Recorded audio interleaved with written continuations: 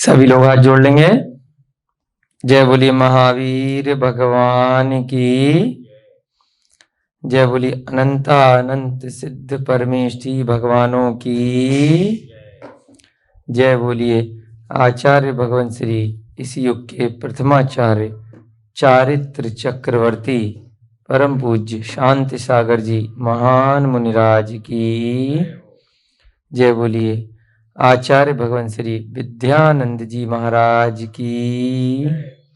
जय बोलिए आचार्य भगवान श्री विमल सागर जी महाराज की। जय बोलिए आचार्य भगवान श्री श्रुत सागर जी महाराज की। जय बोलिए आचार्य भगवान श्री प्रमुख सागर जी महाराज की। जय बोलिए मुनि श्री प्रणम्य सागर जी महाराज की। जय बोलिए मुनि श्री विहर्ष सागर जी महाराज की। जय बोलिए मुनि श्री पाठशाला प्रणेता हनुमान सागर जी महाराज की। सुपार्शनाथ भगवान की। सुपार्शनाथ भगवान के मोक्ष कल्याणक महामहोत्सव की। चंदा प्रभु भगवान की। भगवान के जन तप कल्याणक की। सभी को जय जिनेन्द्र जय दु जुड़ंदु। सभी ज्ञानदानम गुरुकुल शहादा संस्थानम अभयदानम शहादा महाराष्ट्र के प्रांगण में आए हुए आगंतुक अतिथि, सभी भव्यजन, बालक बालिकाएं, अध्यापक अध्यापिकाएं, वीडियो इत्यादि के माध्यम से स्वाध्याय कर रहे सभी श्रावक श्रेष्ठीजन, सभी भव्यजन एवं संस्था के प्रांगण में जितने भी त्रियंच गति के जीव हैं, जो भी इस स्वाध्याय को सुन रहे हैं, उन सभी को भी सादर जय जिनेन्द्र जय दु जुड़ंदो। बंधुओं, हम सभी लोग नित्य प्रति यहाँ प्रातःकालीन वेला में प्रतिदिन नियमानुसार कुछ न कुछ स्वाध्याय का आनंद ले रहे हैं। जैसा कि अब तक आपको पता चल ही गया होगा कि स्वाध्याय को आचार्यों ने परम तप कहा है, सबसे बड़ा तप कहा है, क्योंकि स्वाध्याय से ही हमें बोध होता है कि हमारे कर्मों की निर्जरा किस प्रकार से होगी, इस संसार चक्र से, इसके भवों के बंधन से हम किस प्रकार से मुक्ति को प्राप्त कर सकते हैं। पाठशाला के माध्यम से संस्कार इस आत्मा में जागृत होते हैं। उसी श्रेणी में स्वाध्याय यहाँ पर आप सभी लोग कर रहे हैं। स्वाध्याय का तात्पर्य स्व प्लस अध्याय। स्व माने स्वयं का, अपना, अपनी आत्मा का। अध्याय माने अध्ययन करना, मनन करना, चिंतवन करना, जिसके माध्यम से भवों के जो चिर संचित पाप कर्म हैं, जो हमारी आत्मा के साथ लगे हुए हैं, वो धीरे धीरे करके निर्जरा को प्राप्त होते हैं। निर्जरा का तात्पर्य है उनका कर्मों का छूटना। दो प्रकार से निर्जरा आचार्यों ने बताई है, एक सविपाक निर्जरा और एक अविपाक निर्जरा। सविपाक माने जो कर्म फल दे करके छूटते हैं, और अविपाक माने जिनका बिना ही फल प्राप्त हुए वह कर्म आत्मा से हट जाते हैं। जैसे आपने आम की गुठली लगाई, पेड़ हुआ, अपनी उसकी पूरी आयु हुई, फिर फल गिरा, तो उसे क्या कहा? सविपाक। विपाक माने फल, फल को ही विपाक कहते हैं, यानी कि उसका फल मिला। एक हुआ कि आपने आम की गुठली लगाई, कुछ सालों तक पेड़ बना, परंतु फल नहीं आया और किसी ने उसको हटा दिया, पेड़ को तोड़ दिया, या वह नष्ट हो गया। तो वो क्या हुआ? पेड़ अपनी एक था आयु पूरी करके गया, और एक है पहले ही टूट गया। तो अगर ये कर्मों की दृष्टि से देखा जाए, हमने जो भी बुरे कर्म किए या अच्छे कर्म किए, तो उनका भी इसी प्रकार से कुछ ना कुछ फल प्राप्त होता है। जैसे गुठली लगाई तो आम मिलेगा, नीम की निमोली लगाई तो नीम निकलेगा, है ना, बड़ का लगाया तो बड़ मिलेगा। जो बीज बोएंगे उसका उसी प्रकार से फल प्राप्त होगा, है भैया जी। नीम के बीज से क्या आम निकलेगा? नहीं निकलेगा ना। तो जो कड़वा बीज लगाओगे तो कड़वी चीज निकलेगी, जो मीठा बीज लगाओगे तो मीठी चीज निकलेगी। अगर पुण्य के कार्य करोगे तो भविष्य में पुण्य का फल प्राप्त होगा, पाप के कार्य करोगे तो पाप का फल प्राप्त होगा। अब पाप का कार्य कर दिया, बीज बो दिया, परंतु बाद में पता चल गया कि मैंने गलत कार्य कर दिया था, तो इसका तो मुझे बहुत बुरा फल प्राप्त होगा। तो क्या करोगे? आपने कोई ऐसा पौधा लगा दिया जिसमें कांटे निकलने वाले, गलती से लगा दिया अपने घर के अंदर ही, घर के कोने पे, गेट पे, बाद में बाहर कैसे निकलोगे उस कांटों में से? पता चल गया कि मैंने बीज गलत लगा दिया था, तो क्या करोगे फिर कुछ समय बाद जब पता चल गया? लगे रहने दोगे? उखाड़ करके फेंक दोगे, पवन भैया जी ने बोला। तो ऐसे ही अगर कोई पाप आपने कर लिया और बाद में उसका बोध हो गया कि गलती हो गई, तो क्या करोगे? कैसे करोगे? उसको उखाड़ करके फेंकना पड़ेगा, नहीं तो फिर उसके साथ रोज खून निकलेगा, रोज चोट लगेगी प्रतिदिन उस पाप के कारण से, उस पौधे के कारण से। जो कांटों वाला पौधा आपने अपने घर के अंदर लगा लिया है, अपने बेड पर लगा लिया है, अपने चलने फिरने के, बैठने के स्थान पर लगा लिया, तो रोज घाव होगा ना। तो बेटर क्या ऑप्शन है? उसको निकाल करके साफ कर देंगे। तो उसके लिए भी तो कष्ट करना पड़ेगा ना, कुछ करना पड़ेगा, कुछ खुरपी लेनी पड़ेगी, कुछ छेनी हथौड़ी लेनी पड़ेगी, कुल्हाड़ी लेनी पड़ेगी, कुछ तो करना पड़ेगा, पुरुषार्थ करना पड़ेगा। भैया जी ने, चाचा जी ने सही बताया, कुछ पुरुषार्थ, कुछ एफर्ट करने पड़ेंगे। तो थोड़ा तो कष्ट होगा, होगा नहीं होगा? कोई चीज लग गई है, अब बोया तो छोटा सा बीज था, अब बड़ा आधा पेड़ बन गया, कांटे खूब सारे उसमें निकलने लग गए, तो अब अगर उसको हटाओगे तो थोड़ा दर्द होगा नहीं होगा? होगा।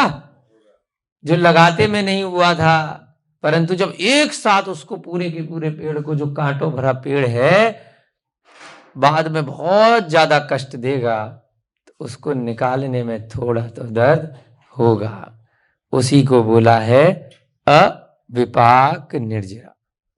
बिना फल दिए जब निर्जरा करोगे तो थोड़ा तो कष्ट होगा। यहाँ बैठे हुए ना, 1 घंटे आधा घंटा स्वाध्याय करते हैं, तो थोड़ा तो कष्ट, बैठे रहना पड़ता है, होता है नहीं होता है? जबरदस्ती बिठाया है, योग कराते हैं सुबह, थोड़ा तो कष्ट होता है योग करने में, लेकिन उसका 1 घंटे के योग का बाकी के 23 घंटे फायदा मिलता है कि नहीं मिलता है?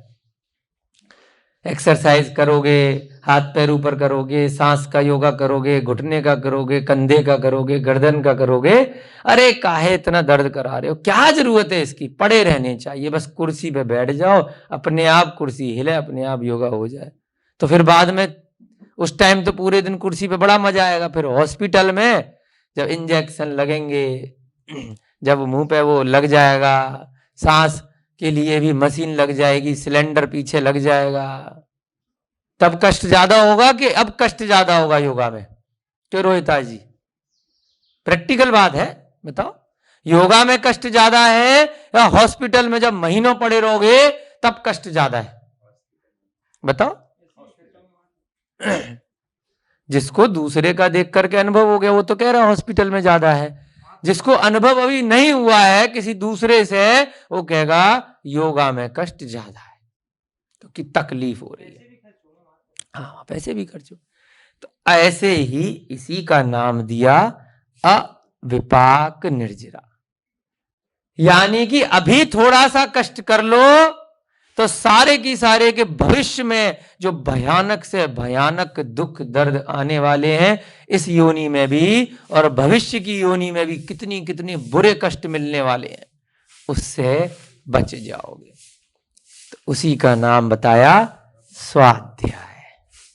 थोड़ा सा कष्ट है, थोड़ी देर बैठ करके शांति से सुन लो, थोड़ी देर बैठ करके शांति से कोई भी ग्रंथ निकाल करके आधा घंटा पढ़ लोगे 24 घंटे में, तो बाकी के 23.5 घंटे इतने अच्छे जाएंगे। और इस जीवन में इतने कर्मों की निर्जरा होगी, इतने कर्मों की निर्जरा होगी जिसका कोई गिनती नहीं कर सकते। असंख्यात गुणे कर्म आचार्यों ने ग्रंथों में कहा। कितने?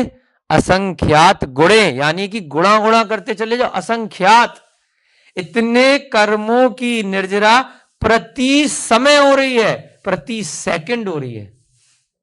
किस कारण से? केवल जैसे योगा करने से बताया ना, साधारण सा उदाहरण है, भैया जी रोज कराते हैं, तो वही हमारे मन में आया कि उससे थोड़ा सा कंपैरिजन कर दें कि उस योगा से कितने सारे रोग बताते हैं भैया जी आप? 72 करोड़ कितने इतनी नाड़ियां हैं वो शुद्ध हो जाती है?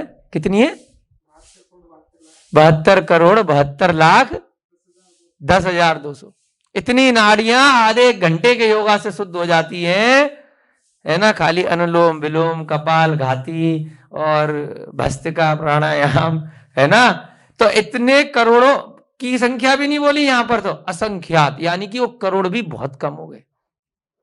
इतने करोड़ों से भी पता नहीं कितने करोड़ ज्यादा असंख्यात गुणे कर्मों की जो हमने पिछले जन्मों में पाप इकट्ठे कर रखे हैं, जो बीज बो दिए हैं। अभी उनका पौधा कुछ का फूट गया, कुछ का फूटेगा, आज नहीं तो कल। कहते हैं मैंने तो कुछ बुरा नहीं करा, पता नहीं क्यों मेरे साथ इतना बुरा हो रहा है, क्यों इतना गलत हो रहा है, मैं इतना निर्धन क्यों हूं, मुझे इतने रोग क्यों हैं, मेरे परिवार के लोग मेरे सुनते क्यों नहीं है, मुझे हमेशा इतना नुकसान क्यों होता है, क्यों हो रहा है सब कुछ अच्छा करने के बाद। बीज पहले बोया था ना, अब उसका फल आ रहा है, अब उसका विपाक आ रहा है। जो आपके साथ बुरा हो रहा है तो वो सविपाक है, यानी कि फल दे करके आपको कष्ट दे रहा है। और जो बीज बो चुके हो अभी फूटा नहीं है, उस फूटने से पहले, वो कांटे लगने से पहले अगर निर्जरा करना चाहते हो तो उसका क्या नाम है? अविपाक। बड़ा साधारण सा शब्द है, समझाने के लिए बड़े आसान शब्दों में समझा रहे हैं। सविपाक निर्जरा माने जो फल आ गया, बीज बोया था, फिर सर पकड़ करके रो रहे हो, हाय राम मैंने तो कुछ गलत नहीं किया, फिर मेरे साथ इतना गलत क्यों हो रहा है?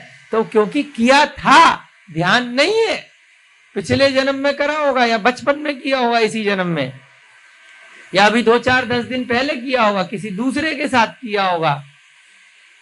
अपने माँ बाप के साथ बुरा करोगे तो बच्चे तुम्हारे साथ बुरा करेंगे, कहोगे मैंने बच्चों के साथ कुछ बुरा नहीं किया, मेरे इतना परेशान क्यों कर रहे हैं? अरे तुमने अपने माँ बाप को किया होगा, किसी और के माँ बाप को किया होगा, कहीं तो बुरा किया होगा। अब तो गिनती किससे करते हैं कि जिसके साथ मैंने अच्छा किया वो मेरे साथ बुरा कर रहा है।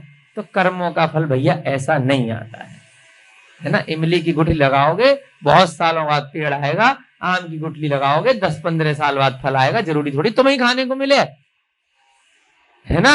बहुत सारे ऐसे पेड़ हैं 50 साल बाद, 20 साल बाद, 30 साल बाद फल देते हैं, तो किसी और के लिए आप लगा रहे हो। ऐसे ही आपने किसी दूसरे के साथ बुरा किया है तो जरूरी नहीं है वो बेचारा बदला लेने के लिए है, वो तो मर जाएगा, बुढ़ा हो जाएगा। कोई और आपके साथ बुरा करेगा, क्यों करेगा? क्योंकि आपने बीज बोया था। जरूरी नहीं है कि जिसके लिए बोया था वही खाएगा। अब गुठली लगाइए तो आम थोड़ी अपना फल खुद खाएगा, बताओ, पेड़ खाएगा क्या? वो कोई और खाएगा ना, किसी और ने लगाया है तो कोई और खाएगा। ऐसे ही आपको सविपाक और अविपाक निर्जरा को अच्छे से समझना है। इस स्वाध्याय का जो समय है उस समय को आपको कल भी बताया था जब बच्चों की क्लास थी कि इन्वेस्टमेंट है, ये वेस्टेज नहीं है। वेस्ट और इन्वेस्टमेंट में क्या फर्क होता है? यानी कि व्यर्थ चला गया तो वेस्ट है, यानी कि आपने कुछ उसका बाद में फायदा उठा लिया तो इन्वेस्ट है। ऐसे ही ये स्वाध्याय बहुत बड़ी कर्मों की निर्जरा कराती है। इसको बहुत ध्यान से आपको समझना है। एक रुचि आपके मन में, आपकी आत्मा में जागृत हो जाती है। जरूरी नहीं है कि किसी के सामने बैठ करके आपको सुनना है। जब भी समय मिले कोई ग्रंथ उठा लीजिए और उसके बाद उसका स्वाध्याय कर लीजिए, उसमें मनन चिंतन कीजिए। जितना उसमें आप अंदर डूबते जाएंगे उतने ही संसार से राग आपका छूटता जाएगा और वैराग्य की उत्पत्ति होती चली जाएगी। जैसे जैसे वैराग्य आएगा वैसे वैसे आपका मोह, आपका चारों तरफ आपकी जो इंद्रियां हैं, आपका जो शरीर है, उसके कारण से जो संसार से आपको, आपके परिवार से, आपकी संपत्ति से, आपके भोगों से, विलासिता से जो राग हो रहा है, जो आपकी वासना आ रही है, जो भोगों में लिप्त होने की जो आपके अंदर इच्छाएं आ रही है, वो छूटती चली जाएंगी। और जैसे जैसे वो इच्छाएं छूटती चली जाएंगी वैसे वैसे आपकी आत्मा में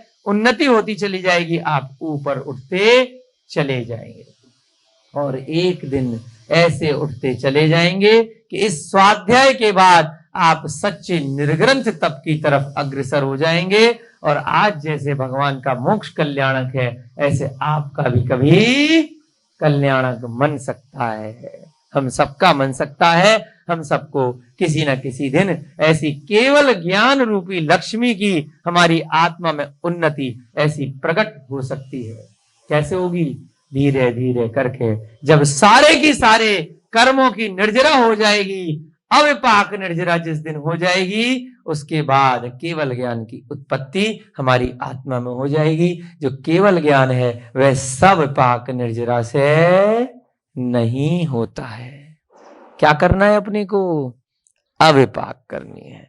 यानी कि थोड़ा तो कष्ट देना पड़ेगा और उसके बाद फिर जो शांति, जो सुख प्राप्त होगा, उसका नाम दिया अनंत सुख। इतना सुख मिलेगा, इतना सुख मिलेगा, जैसे योग करने के बाद में इतनी शांति बाद में मिलती है जब शरीर में कोई रोग नहीं होता है। ऐसा ही सुख उस आत्मा में भवों भवों के बंधन से छूटने के बाद हम सभी जीवों को प्राप्त हो सकता है। उसी का नाम दिया केवल ज्ञान, और बाद में जाकर के वही मोक्ष सुख प्राप्त होगा जब ये शरीर भी छूट जाएगा। 4 प्रकार के कर्म, ज्ञानावर्णी, दर्शनावर्णी, मोहनीय और अंतराय, जब छूट जाते हैं तो उसको बोलते हैं, क्या बोलते हैं? घातिया कर्मों का नष्ट होना। और उसी क्षण केवल ज्ञान की उत्पत्ति हो जाती है इस आत्मा में। वो केवल ज्ञान कब उत्पन्न होता है? जब ये चारों प्रकार के कर्मों का अविपाक निर्जरा हो जाती है, नाश हो जाता है।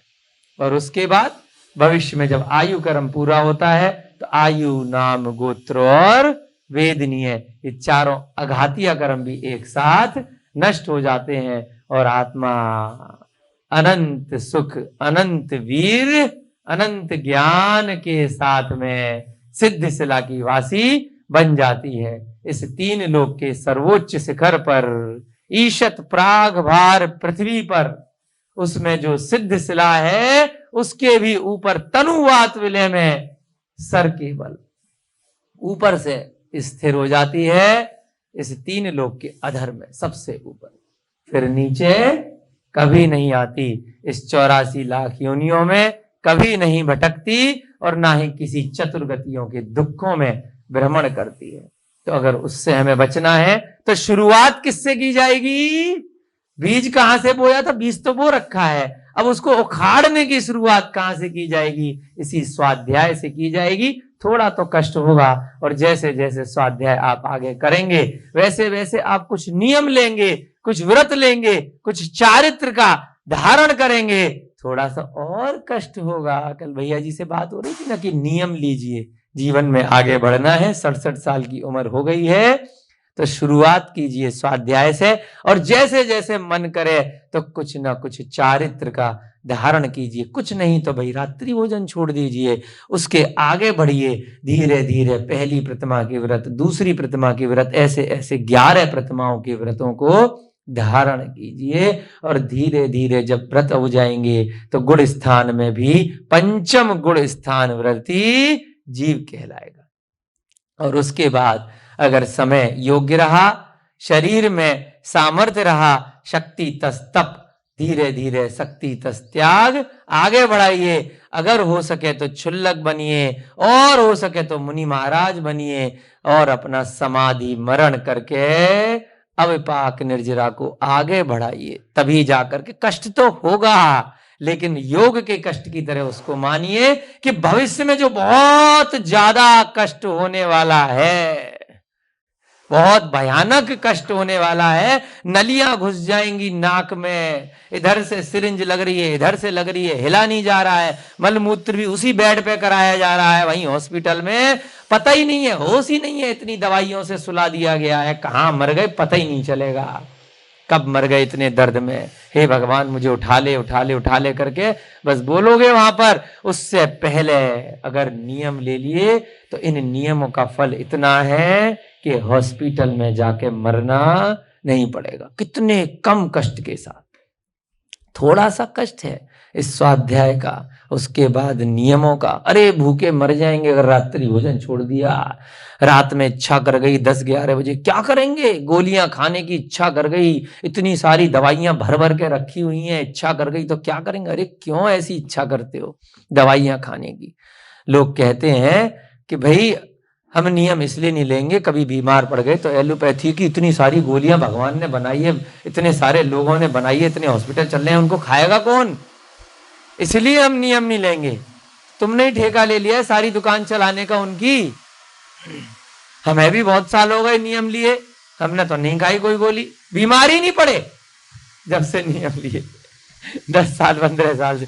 जब जिस दिन आप एलोपैथी की दवाइयां छोड़ने का नियम ले लोगे तो विश्वास मानिएगा बीमार पड़ना बंद हो जाओगे। नियम तो लो। नियम कैसे लेंगे कि भाई दवाइयों की छूट, बीमार पड़ने में हॉस्पिटल जाने की छूट, फिर तो जाओगे। हॉस्पिटल जाने का त्याग कर दोगे तो बीमार पड़ोगे ही नहीं, दवाइयों का त्याग कर दोगे तो बीमार पड़ोगे ही नहीं। समझ रहे? हम तो खुद प्रैक्टिकल अपना बता रहे 10-15 साल से। जब से नियम लिए तो बीमार पड़ने का काम ही नहीं है, क्योंकि खानी नहीं है दवाई। जब दवाइयां खानी नहीं है तो बीमार क्यों पड़ोगे? क्या टेंशन है? तो इसलिए बाबा जी आपको बता रहे हैं कि आगे बढ़िए, नियम लीजिए, कभी भी दिक्कत नहीं आएगी।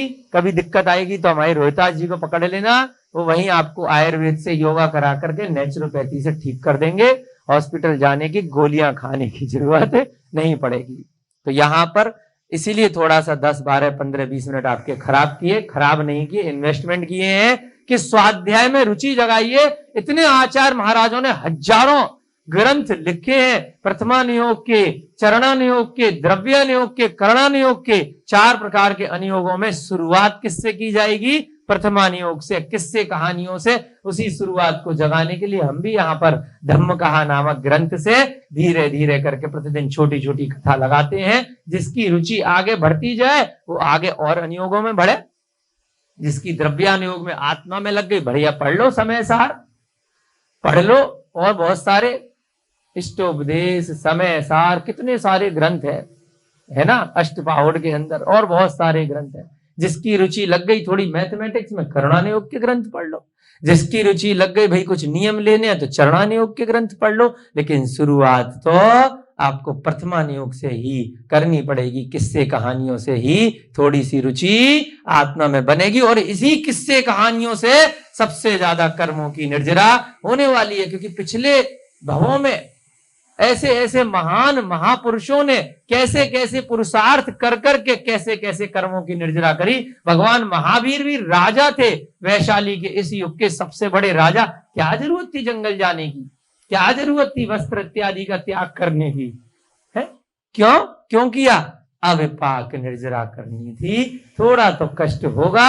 लोग कहते हैं अरे घर में रह करके ही मोक्ष हो जाएगा, राजा बनकर ही मोक्ष हो जाएगा। तो भाई क्या जरूरत है वस्त्र छोड़ने की, घर बार छोड़ने की, माँ बाप को छोड़ने की, स्त्री इत्यादि बच्चों को छोड़ने की? क्योंकि थोड़ा तो कष्ट लोगे, जैसे योग करने में थोड़ा सा कष्ट होगा तो बाद में परम सुख की प्राप्ति होगी, रोगों से रहित शरीर मिलेगा। ऐसे ही स्वाध्याय और स्वाध्याय के आगे धीरे धीरे जब तप करोगे तो धीरे धीरे संसार से राग छूटेगा, वैराग्य की तरफ जाओगे तो थोड़ा तो कष्ट होगा, लेकिन उस कष्ट में भी इतना आनंद प्राप्त होगा। जो एक कहावत है कि दर्द में भी आनंद है, उस दर्द में भी जो आप निर्ग्रंथ मुद्रा का धारण करते हुए जो मुनि महाराज विचरण करते हैं, उनको कष्ट होता है क्या? जो देखता है उसे लगता है हाय हाय हाय हाय, बेचारे 24 घंटे में एक दिन खाते हैं, कपड़े भी नहीं पहनते हैं, सर्दी गर्मी धूप बरसात कितने कष्ट क्यों झेल रहे हैं इतने? उनको आनंद मिल रहा है या कष्ट हो रहा है? बताइए। मुनि महाराज को आनंद मिल रहा है, देखने वाले को कष्ट हो रहा है। ऐसे योग है रोहितास जी, जो योग को देखता है उसको लगता है कितना कष्ट दे रहे अपने शरीर को, क्या पागल हो गए, सुबह सुबह 1 घंटा 2 घंटा है और इतना कम फल खाना, जूस पीना सुबह सुबह, उसके बाद इतना कम खाना खाना, ये वो, और फिर फास्ट करना हफ्ते में 1 दिन। कितना कष्ट है। हम 24 घंटे खा रहे हैं, कितना आनंद आ रहा है, रात के 12 बजे भी खा रहे हैं, 2 बजे भी खा रहे हैं, सुबह सुबह चरना शुरू कर दिया, हमें कितना आनंद है। जो ज्यादा खाता है उसे खुद पता चल जाता है कि कितना आनंद है बाद में। फिर इतनी गोलियां खाता है कि भैया डायबिटीज बता दी डॉक्टर ने, हर 2 घंटे में खाते रहो चूहे की तरह, लगातार खाते ही रहो, फिर खाता ही रहेगा, बीमारी पड़ा रहेगा। तो इसलिए कैसा बनना है? 24 घंटे में 1 बार 2 बार खाओ, कोई दिक्कत नहीं आएगी, उनको आनंद मिलेगा जो नियमों का पालन करते हैं। आप सभी भी अगर नियम लेंगे, इस स्वाध्याय से कुछ भी सीखेंगे तो आपको कष्ट नहीं होगा। जैसे दूसरे की दृष्टि से मत चलो कि दूसरा व्यक्ति क्या कह रहा है, कि भैया इतने पतले हो, कोई कहेगा इतने मोटे हो, कोई कहेगा इतने कमजोर हो। आप अपना स्वयं का देखिए कि आपको रोग है कि नहीं है।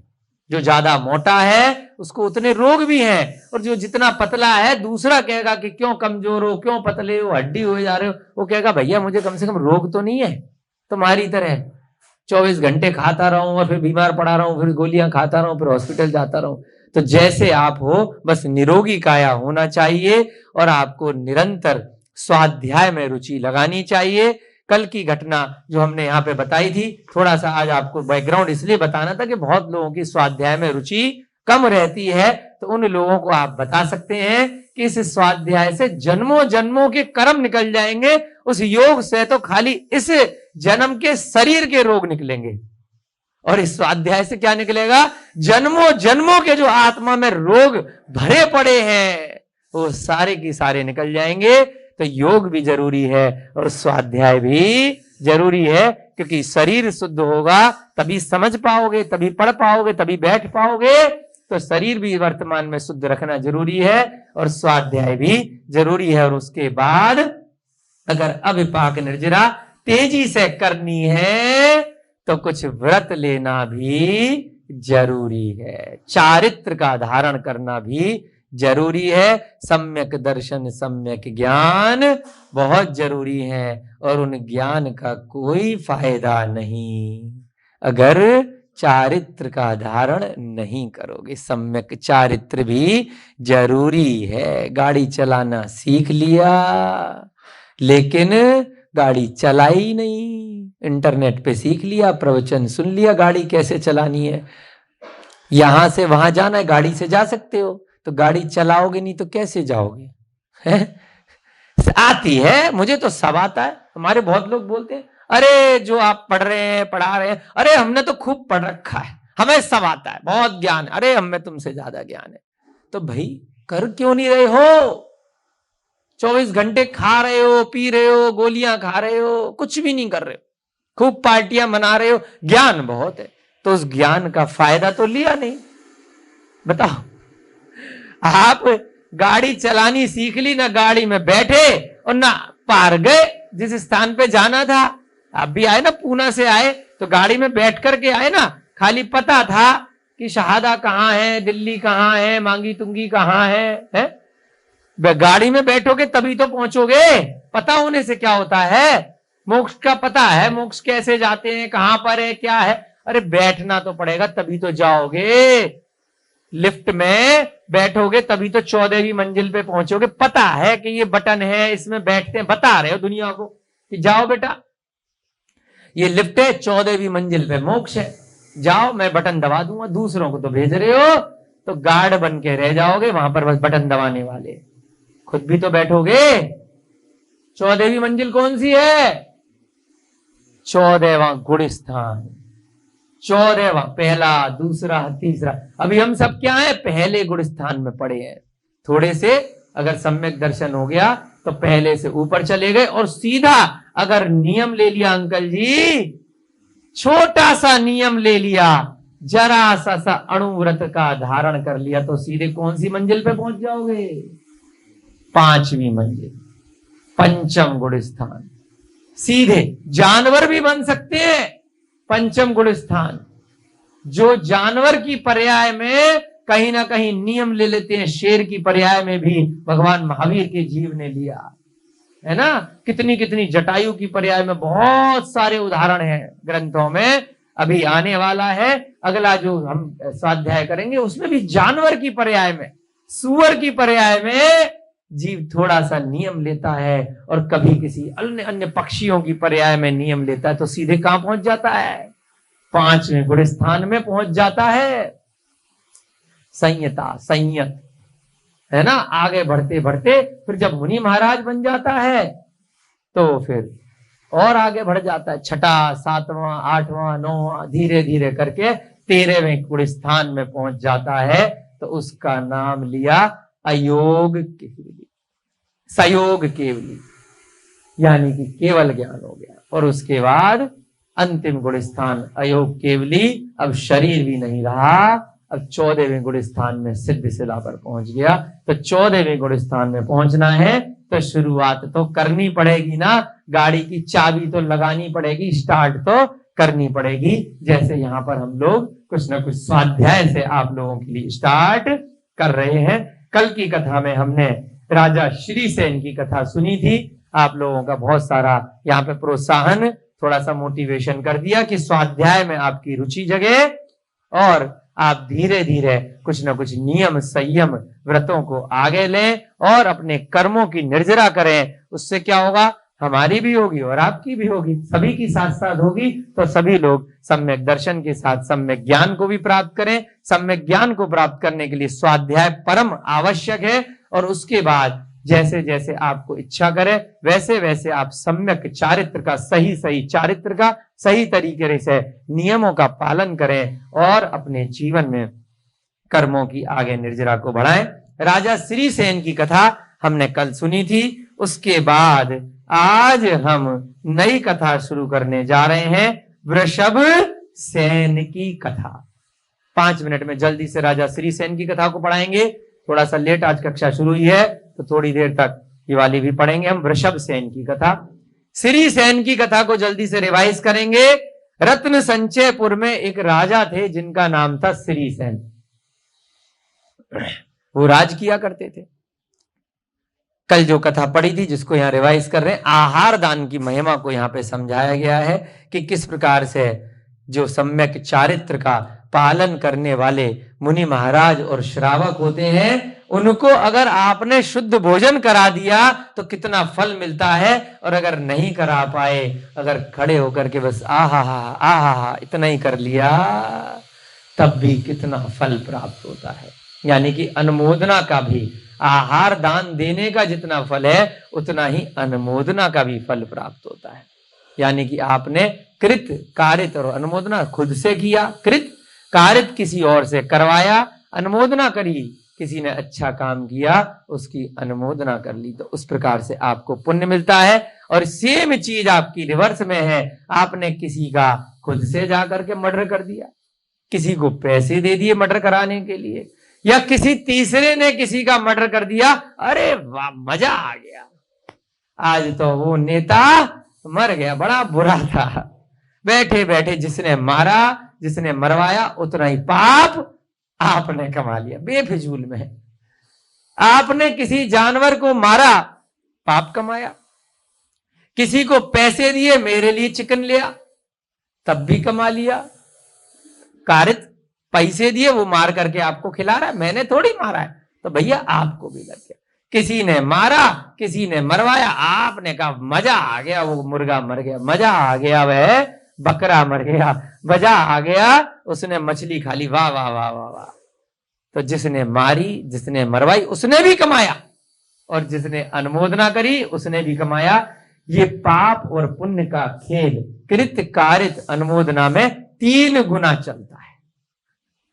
जिसने करा उसको भी उतना ही मिला, जिसने करवाया उसको भी उतना ही 100% मिला, और जितने असंख्यात लोगों ने उसको देख करके अनुमोदना करी, मजे लिए, उनको भी उतना ही मिला। टीवी पे देखा हिंसा हो रही है, आनंद आ रहा है, वाह हीरो ने उसको मारा, ढाए ढाए गोली मार दी।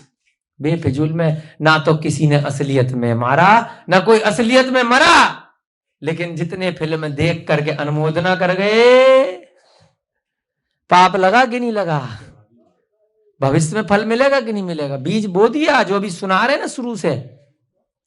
ऐसे ही अगर किसी ने पुण्य का काम किया, किसी ने करवाया, और किसी ने अरे वाह बहुत अच्छा काम हुआ, तो क्या मिलेगा? कुछ फायदा होगा नहीं होगा? आपने ना पैसे दिए, ना मेहनत करी, फिर भी प्रॉफिट चोखा, प्रॉफिट ही प्रॉफिट।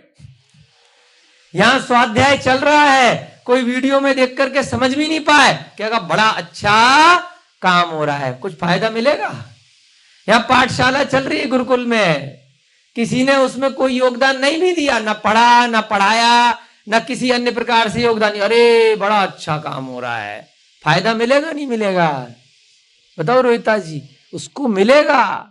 ऐसे ही यहां पर 3 जीवों की कहानी आई, राजा श्रीसेन की, उनकी पत्नी की, और वहां पर और एक युवती की, सत्यभामा की। उन्होंने, सत्यभामा ने क्या किया? खाली आहार को देखा, और बाकी राजा रानी ने आहार को दिया, तो तीनों को फायदा मिल गया, देखने वाले को भी, देने वाले को भी, और खाना बनाने वाले को भी, पड़गाने वाले को भी। और जो आहार ले रहा था वो तो अपने पुण्य की निर्जरा कर ही रहा, अपने कर्मों की निर्जरा कर ही रहा है, वो तो चारों ऋषि मुनि महाराज थे। तो राजा श्रीसेन की कथा में कल हमने देखा कि किस प्रकार से एक कपिल नाम का बालक था, वह एक सेठ जी का दासी पुत्र था। उसने छल कपट से बहुत सारा वेदों का ज्ञान प्राप्त कर लिया और बड़ा वेदों में पारंगत बन गया। और फिर जब उन सेठ जी को, उन ब्राह्मण को पता चला कि भाई ये तो बड़ा विद्वान हो गया है, कल को हमारी रोजी रोटी पे दिक्कत कर देगा, तो उन्होंने उसको घर से निकाल दिया।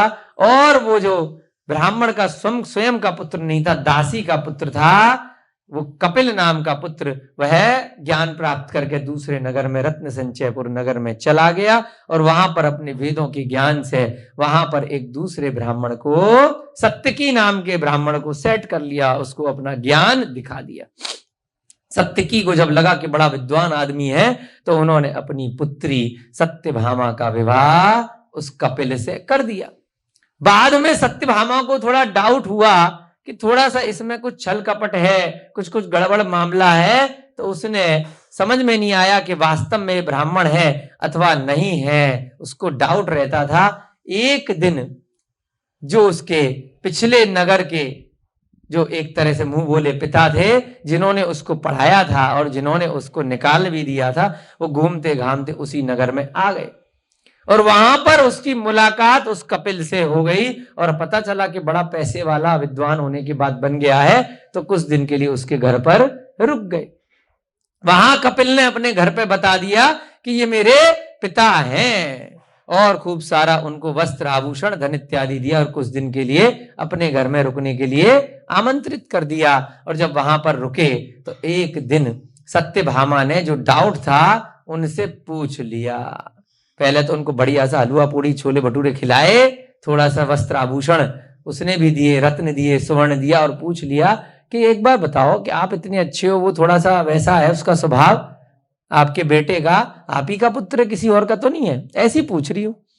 तो उसने बता दिया जो ब्राह्मण था कि भाई ये मेरा दासी पुत्र है, मेरा वास्तविक पुत्र नहीं है, ज्ञान इसने हमारे से प्राप्त किया है, वो बात अलग है, विद्वान है।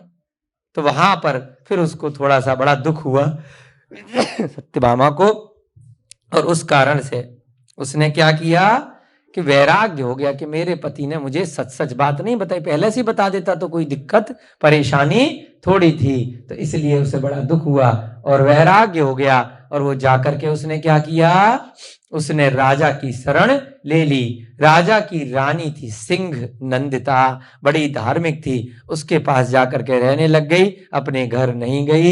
एक दिन राजा श्रीसेन और सिंह नंदिता ने दो चारण रिद्धिधारी मुनि महाराज अमित गति और अर्क कीर्ति को अपने राजमहल में आहार का दान दिया। वहीं पर वह जो ब्राह्मणी थी सत्यभामा, उसने खाली अपनी अनुमोदना करी, न आहार दिया न दिलवाया, बस हाथ जोड़ करके अनुमोदना करी, बड़ा अच्छा काम हो रहा है, बहुत सुंदर। चारण रिद्धिधारी मुनि महाराज आकाश मार्ग में विचरण करते हुए आते हैं, बहुत सुंदर उनके कर्मों की निर्जरा हो चुकी होती है, जिसके कारण से उनको ऐसी रिद्धियां हो जाती हैं कि वह आकाशगामी विद्या उनको होती है और वह कहीं पर भी कभी भी पहुंच जाते हैं। तो ऐसे मुनि महाराजों को आहार देने से उन दोनों राजा और रानी को बहुत पुण्य का संचय हुआ, और इधर उस सत्यभामा को खाली अनुमोदना करने से, देखने से भी बहुत पुण्य हुआ, जिसके कारण से तीनों की तीनों जीव भविष्य में जब अपना आयु कर्म को पूरा किया तो भोग भूमि में उनका जन्म हुआ। भोग भूमि क्या होती है जी, क्या होती है भोग भूमि? भोग भूमि जब जैसे अवसर्पणी काल हमारा चल रहा है, तो प्रारंभ के जो 3 काल हैं, पहला काल, दूसरा काल और तीसरा काल, उत्तम भोग भूमि, मध्यम भोग भूमि और जघन्य भोग भूमि। और भविष्य में जब उत्सर्पणी काल आएगा तो उसमें बाद के जो 3 काल आएंगे वो क्रमशः पहले जघन्य, फिर मध्यम, फिर अंत में उत्तम भोग भूमि होती है। वहां पर बहुत लंबी लंबी जीवों की आयु होती है, पल्लियों में उनकी आयु होती है। अभी हमारी वर्षों में है असंख्यात से भी ज्यादा, पल्लियों में आयु होती है, और उसके बाद भोग ही भोग होते हैं। ना भूख लगती है बहुत बहुत दिनों तक, छोटा छोटा सा आहार, ना कोई शरीर में रोग, ना कोई टेंशन, कोई खाने पी, कोई भी बच्चों की टेंशन नहीं। ऐसे जीव भोग भूमि में होते हैं। अंत समय में जब उसमें आयु का अंत होता है, अकाल मरण नहीं होता है भोग भूमि में कि एक्सीडेंट हो गया, मर गए, रोज खाना बनाना पड़ रहा है, पैसा कमाना पड़ रहा है, मकान बनाना पड़ रहा है। भैया जी कह रहे थे ना, लेंटर डलवाना है, कितनी टेंशन है ना। ये सारी टेंशन भोग भूमियों में नहीं होती, ना मकान बनाना, ना दुकान बनानी, ना पैसा कमाना, कोई टेंशन नहीं, ना बीवी बच्चे, है ना। जोड़े में जीव पैदा होते हैं और जोड़े में ही मर जाते हैं। उनके जैसे ही बच्चे पैदा होते हैं, बिना अपने बच्चों का मुंह देखे वो मर जाते हैं। इधर एक हस्बैंड को, एक को छींक आएगी और एक को जमाई आएगी, है ना। ऐसा आचार्यों ने बताया है, ये बिल्कुल प्रत्यक्ष चीजें हैं, सत्य है, कोई हम किस्से कहानियों से नहीं बता रहे, मनगढ़ंत कहानियां। एक को छींक आएगी जोड़े में और एक को जमाई आएगी, और दोनों उसी समय अपनी आयु कर्म का पूरा करके मरण को प्राप्त हो जाएंगे, और उनके एक पुत्री एक पुत्र उस समय उत्पन्न होंगे। न बच्चे माँ बाप को देखेंगे, न माँ बाप बच्चों को देखेंगे, दोनों को किसी प्रकार की कोई टेंशन नहीं होगी। और कुछ ही दिन में, 7 दिन के अंदर धीरे धीरे वह बच्चे युवा हो जाएंगे, और उसके बाद वह कपल की तरह, जोड़े की तरह, जो भी उनकी पल्लियों में आयु है उसको भोगेंगे, कोई टेंशन नहीं। अलग अलग भोग भूमियों में अलग अलग प्रकार से आहार रहता है, कभी थोड़ा बहेड़ा की तरह, फिर अंत में जाके छोटे से बेर की तरह, और वस्त्र इत्यादि भी उनके इतने भव्य रहते हैं, कोई टेंशन नहीं है, कहीं पर भी वह अपने स्थान पर जा सकते हैं। इसी स्थान पर जहां हम रह रहे हैं आर्यखंड में, यहीं पर भविष्य में जाकर के धीरे धीरे यही स्थान भोग भूमि बन जाएगा। छठम काल के बाद जब धीरे धीरे आगे 3 काल और आएंगे, फिर बाद में जाकर के, अभी क्या चल रहा है, अवसर्पणी तो भोग भूमि निकल चुकी है। जहां पर आर्यखंड होता है, ये हमारा ऐरावत क्षेत्र और भरत क्षेत्र, वहां पर 6 काल में परिवर्तन होता है। अवसर्पणी में 6 काल, फिर उत्सर्पणी में 6 काल, और जो परमानेंट हमेशा भोग भूमियां हैं, इस जम्मू द्वीप में भी कई स्थानों में है, फिर आगे जाकर के घातकी खंड में है, फिर आगे जाकर के अर्ध पुष्कर द्वीप में भी है। तो कई स्थान ऐसे हैं जो उत्तम भोग भूमि वाले हैं और कई स्थान परमानेंट मध्यम भोग भूमि वाले हैं और कई स्थान परमानेंट जघन्य भोग भूमि वाले हैं, जैसे उत्तर कुरु, देव कुरु, है ना। इस प्रकार से बहुत सारे स्थान जहां हमेशा से ही भोग भूमियां रहती है, वहां पर उत्सर्पणी और अपसर्पणी काल की तरह काल में परिवर्तन नहीं चलता है। तो ऐसे ही भोग भूमि में हमें जाना है क्या, जा सकते हैं। मनुष्य के ही जीव होते हैं, त्रियंच भी होते हैं, वह मनुष्य भी होते हैं, परंतु थोड़ी सी दिक्कत उस भोग भूमि में रहती है। क्या दिक्कत है, वहां पर हम लोग मनुष्य पर्याय में बस भोग ही भोग भोग सकते हैं, वहां मुनि महाराज नहीं बन सकते, दीक्षा नहीं ले सकते। इतने भोग हैं, कोई टेंशन ही नहीं है। लेकिन मुनि महाराज वहां अगर पहुंच गए तो उनको आहार दे सकते हैं। आदिनाथ भगवान ने भी अपने पिछले भव में भोग भूमि में, जब उनकी पत्नी थी श्रीमती और वो स्वयं थे, उन दोनों ने भोग भूमि में ही एक चारण रिद्धिधारी मुनि महाराज को आहार दिया था, जिसके कारण से आगे के कर्म उनके ऐसे बन गए कि वह साक्षात प्रथम तीर्थंकर आदिनाथ बन गए। तो ऐसे ये तीनों की तीनों जीव भोग भूमि में दान के प्रभाव से चले गए और वही राजा श्रीसेन आगे जाकर के क्या बने, शांतिनाथ भगवान। हमारे शुभम भैया जी बड़े ध्यान से सुन रहे हैं। वही राजा श्रीसेन धीरे धीरे और अपने कर्मों को आगे बढ़ाया। पुण्य फला अरहंता, पहले पुण्य किया और उसका फल क्या मिलता है ना। कांटे का बीज बोया था तो कांटे मिले, और पुण्य का बीज बोलोगे तो क्या बन जाओगे चाचा जी, अरहंत, भगवान भी बन सकते हैं। ऐसे हमने कल की कथा में राजा श्रीसेन की कथा देखी। आज हम छोटी सी कथा प्रारंभ करेंगे, समय थोड़ा आपका हो रहा है। वृषभ सेन की कथा। जनपद देश की कावेरी नाम के नगर में राजा, कौन से राजा रहते हैं, उग्रसेन। जल्दी से लिखो भैया जी, आज थोड़ी सी कथा से पहले बहुत सारा आप लोगों का थोड़ा सा मोटिवेशन हो गया। कोई बात नहीं, ये भी बीच बीच में जरूरी रहता है। फिर हमारे चाचा जी चले जाएंगे पुणे, तो इसलिए जरूरी था बताने के लिए कि घर भले ही चले जाओ लेकिन कोई भी ग्रंथ उठा लेना और प्रतिदिन आधा एक घंटा स्वाध्याय जरूर करना। ये भी एक नियम है बहुत बड़ा। कावेरी नाम के नगर में राजा उग्रसेन रहते थे। उग्रसेन, वहां एक धनपति सेठ धनश्री स्त्री के साथ निवास करता था। एक सेठ जी थे, उनका नाम था धनपति, और उनकी जो स्त्री थी, पत्नी थी, उनका नाम था धनश्री। राजा का नाम क्या था, उग्रसेन, और सेठ जी का नाम धनपति और सेठानी का नाम धनश्री। उनकी एक पुत्री थी जिसका नाम था वृषभ सेना। क्या नाम था बेटी का, सेठ जी की, वृषभ सेना। वृषभ सेना की धनपति तो सेठ जी हैं और धनश्री उनकी पत्नी है, स्त्री है, ठीक है। और बेटी है वृषभ सेना। वृषभ सेना की रूपवती नाम की धाय देखती है कि वृषभ सेना के स्नान के जल में नहाकर गड्ढे से निकलकर एक कुत्ता जो रोगी था वह निरोग हो गया। आई जी, कैसे जादू हो गया। उसकी एक नौकरानी थी वृषभ सेना की धाय, उसका नाम था रूपवती। उसने देखा कि जैसे हौदिया होती है ना, ये तालाब, स्विमिंग पूल, कहीं पर भी पानी का टैंक सा बना देते हैं, आजकल भी घरों में बना लेते हैं, जो बड़ा बड़ा जिनका बाथरूम होता है। तो उसमें वृषभ सेना एक दिन नहा करके निकली, पानी गंदा हो गया और एक थोड़ी देर बाद बहुत बीमार घायल एक कुत्ता उस पानी में गिर गया। वो नहा लिया और जैसे ही वो कुत्ता बाहर निकला तो कुत्ता निरोगी हो गया। बहुत रोगी था, ये कैसे जादू हो गया भाई, इस पानी में ऐसा क्या था। कहते ना गंधक का पानी है, औषधीय जल है, ये है वो है ना, ये कर लो वो कर लो। तो ये क्या, ये तो साधारण सी स्त्री। है ना, मेरी बॉस, मेरी मालकिन, उनकी बेटी, ये जिस पानी में नहाई उस पानी से कुत्ता निकला और वो निरोगी हो गया। धाय विचार करने लगी, सोचा उसने, है ऐसा कैसे? हो न हो कुत्ते की निरोगता का कारण पुत्री के स्नान का जल ही है।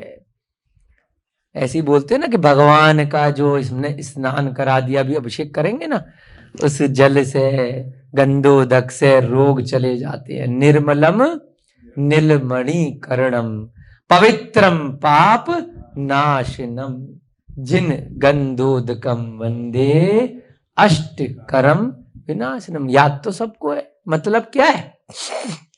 8 कर्म नाश हो जाते हैं भगवान के स्नान के जल से। इतना निर्मल, निर्मलम निर्मलीकरणम, इतना निर्मल है कि मेरे सारे कर्मों को, मल को, निर्मल यानी कि जिसमें कोई मल नहीं है। पवित्रम पाप नाशनम, सारे पापों का नाश करने वाला इतना पवित्र है।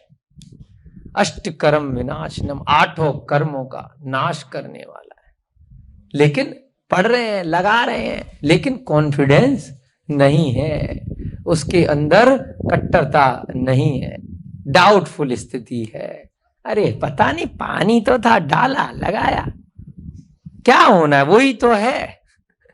पानी है या जो भी रस डाला, कोई पुष्प डाला, किसी ने कुछ नारियल डाला, है ना, अलग अलग प्रथाओं में अलग अलग तरीके से जो जिसको डालना। अरे भैया वेस्ट कर रहे हो, सारी चीजें वेस्ट नहीं हो रही हैं, इन्वेस्ट हो रही है।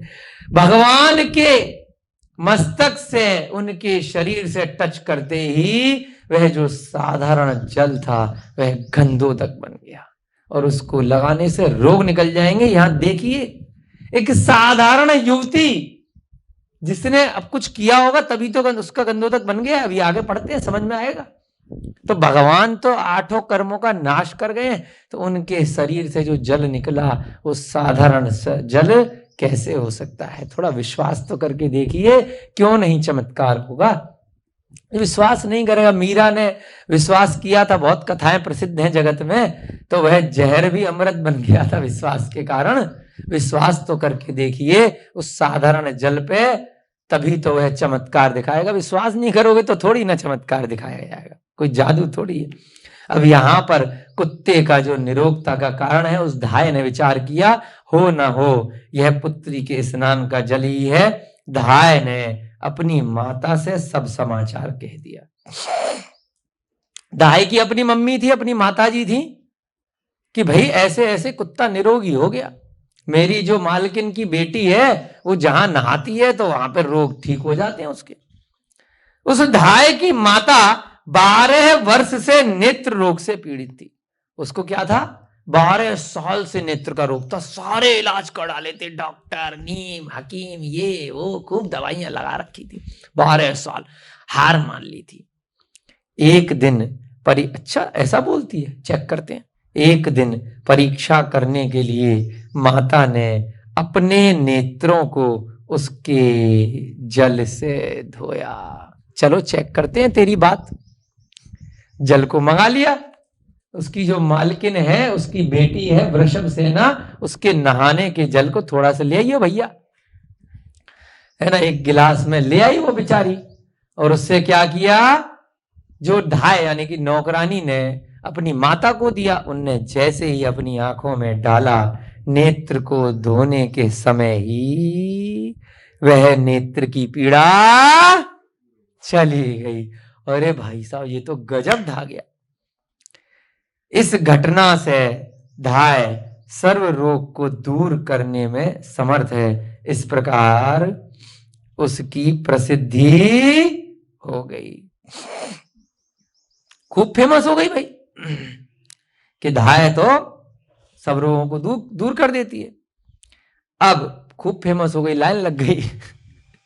एक समय उग्रसेन राजा, जो राजा थे वहां के, राजा का मंत्री युद्ध के कारण से परदेश में गया। अब हर जगह राजा खुद नहीं जाता ना, पहले अपने मंत्रियों को भेजता है ना। मंत्री जाते हैं, भाई जाओ वहां पर शैतानी हो रही है, तो युद्ध करने के लिए मंत्री साहब परदेश में गए, दूसरे देश में। वहां विष मिश्रित जल के पान से उसे ज्वर आ गया। उसे क्या आ गया? ज्वर माने बुखार आ गया। अब जब युद्ध के लिए गया तो हर तरह से साम दाम दंड भेद सब लगाते हैं ना, कि भाई उसको किसी ने खाने में धोखे से विष खिला दिया। अब विष का असर थोड़ा कम रहा किसी और कारण से, तो बुखार आ गया भयंकर। जब वह अपने देश में आया तब धाय ने जल सिंचन से उसको निरोग कर दिया। अभी तक देखो कमाल की बात ये कि जिसके जल से ठीक हो रहा है उसे नहीं मालूम है। कमाल तो ये इस कहानी का। दुकान किसने खोल ली है? धाय ने, क्योंकि धाय नहीं देखा था कुत्ते को, उसी ने चेक किया। अब किसी को पता चल जाए कि यहां पर ये गंधक का पानी है, यहां पर ये औषधि है, तो उस औषधि को थोड़ी पता है कि मैं औषधि हूं। नीम को थोड़ी पता है कि मैं औषधि हूं, या भैया जी अश्वगंधा है, सतावर है, और कौन कौन सी औषधि, उस औषधि को नहीं पता है कि मैं औषधि हूं। उससे दुकान तो कोई और चला रहा है ना। तो धाय को पहचान हो गई कि ये लड़की जिस पानी में नहाती है उसको मुझे रोज इकट्ठे करके ले आना है, उससे मेरी दुकान चलेगी। तो ऐसे ही धाय ने क्या किया? अब जब राजा का मंत्री को इतना भयंकर बुखार हो गया विष के कारण से, तो पता चला कि भाई हमारे नगर में एक धाय है जो ऐसा कुछ निरोगी करने का जल लेकर के आती है, उससे सब रोग ठीक हो जाते हैं। तो उसने मंत्री को भी ठीक कर दिया, निरोगी कर दिया। राजा उग्रसेन भी उस देश में गया। अब उसके बाद भाई मंत्री आ गया, बीमार पड़ गए, तो राजा भी गया युद्ध लड़ने के लिए। अब राजा को भी वहां पर ऐसे ही किसी ने कुछ कर दिया, उसको भी वही ज्वर हो गया। राजा भी अब बुखार से पीड़ित होकर के लौट करके आया। जब अपने मंत्री जिसका नाम था रणपिंगल, उससे जल का वृतांत सुना, तो राजा ने भी कहा बेटा मुझे भी दे दे। बड़ी दर्द हो रहा है, बड़ा दुख है, मर जाऊंगा, कैसे ठीक हुआ था? मंत्री ने कहा भाई एक धाय है, वो ऐसे ऐसे लेकर के आई थी और मैं ठीक हो गया था। राजा ने कहा भाई मेरे लिए भी ले आ। राजा ने भी अपनी मंत्री से हाथ जोड़े, भैया ठीक करा दे, सहन नहीं हो रहा। तो उस मंत्री ने, है ना, क्या कि राजा ने भी उस मंत्री से जल की याचना करी कि राजा भी बीमार पड़ गया उस बुखार से, बाद में जब युद्ध के लिए गया। तो राजा ने मंत्री से कहा, मंत्री का नाम क्या है? रणपिंगल। धाय ने राजा को भी निरोगी कर दिया। अरे भाई क्या बात है, आपके लिए भी कोई दिक्कत, कोई टेंशन नहीं। निरोगी राजा धाय को अब जल के विषय में पूछता है। भाई बाकी लोगों को देखो दवाई से मतलब नहीं होता है। अपने यहाँ भी औषध दानम आयुर्वेदिक प्राकृतिक चिकित्सा केंद्र रोहिता जी चला रहे हैं, नोएडा में चला रहे थे, रोज लाइन लगती है। कोई ये पूछता है कैसे बनाई दवाई? क्यों रोहिता जी, पूछता है कोई?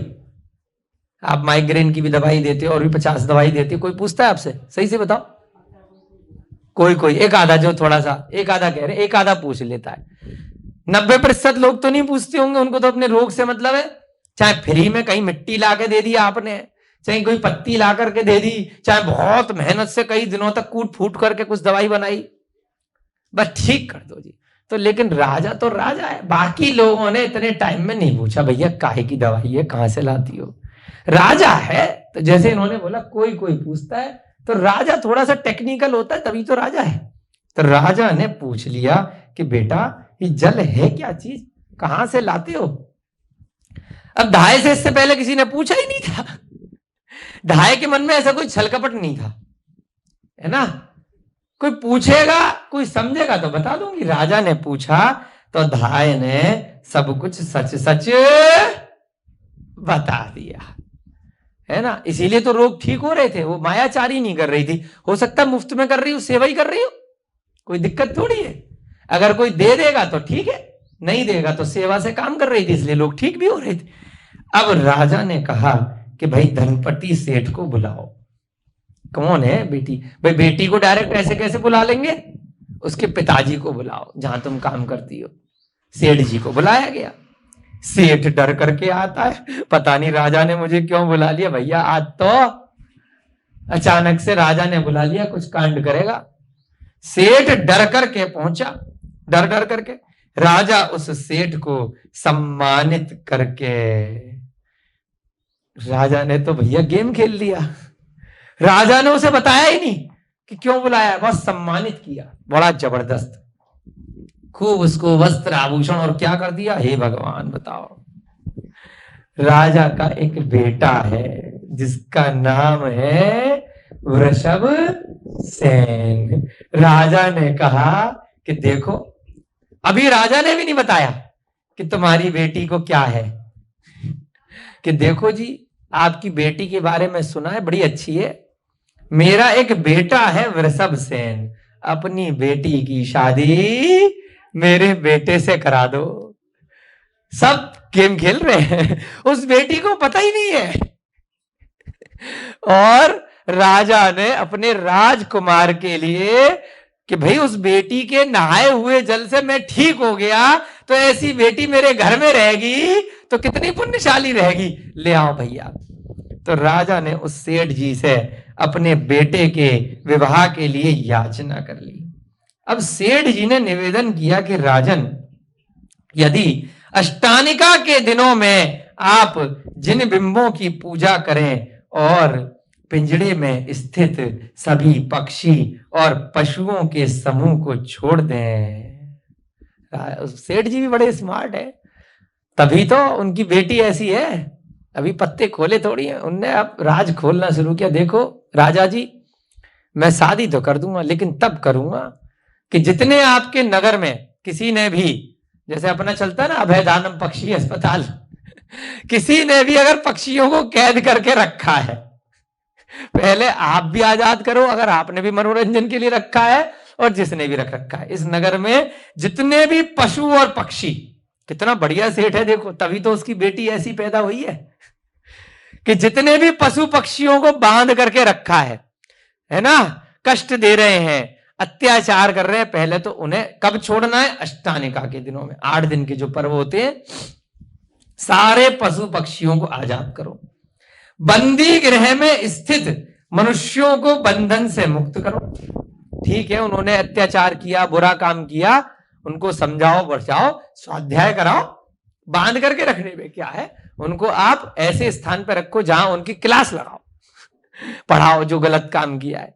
बांध करके तो और अत्याचारी बनेगा, जेल कोई समाधान थोड़ी है, जेल में अगर स्वाध्याय हो रहा हो तो बहुत अच्छी बात है ना। बंदी गृह में स्थित सभी मनुष्यों को बंधन से मुक्त करो, तभी मैं अपनी पुत्री का विवाह आपके पुत्र के साथ करूंगा। कंडीशन लगा दी, दहेज मांग लिया। क्या दहेज मांगा कि सबको आजाद करो अष्टानिका में। उन्होंने कहा ठीक है बेटा, तुझे तो पता नहीं है तेरी बेटी कैसी है, तू कैसे भी शर्त लगा, हम तो देंगे। राजा ने सारी शर्तें स्वीकार कर ली। वृषभ सेना उसके साथ विवाहित कर दी गई। उग्रसेन का जो बेटा है वृषभ सेन नाम भी वो था सेम। वृषभ सेन की शादी वृषभ सेना से हो गई और पटरानी के पद से वह प्रतिष्ठित हो गई।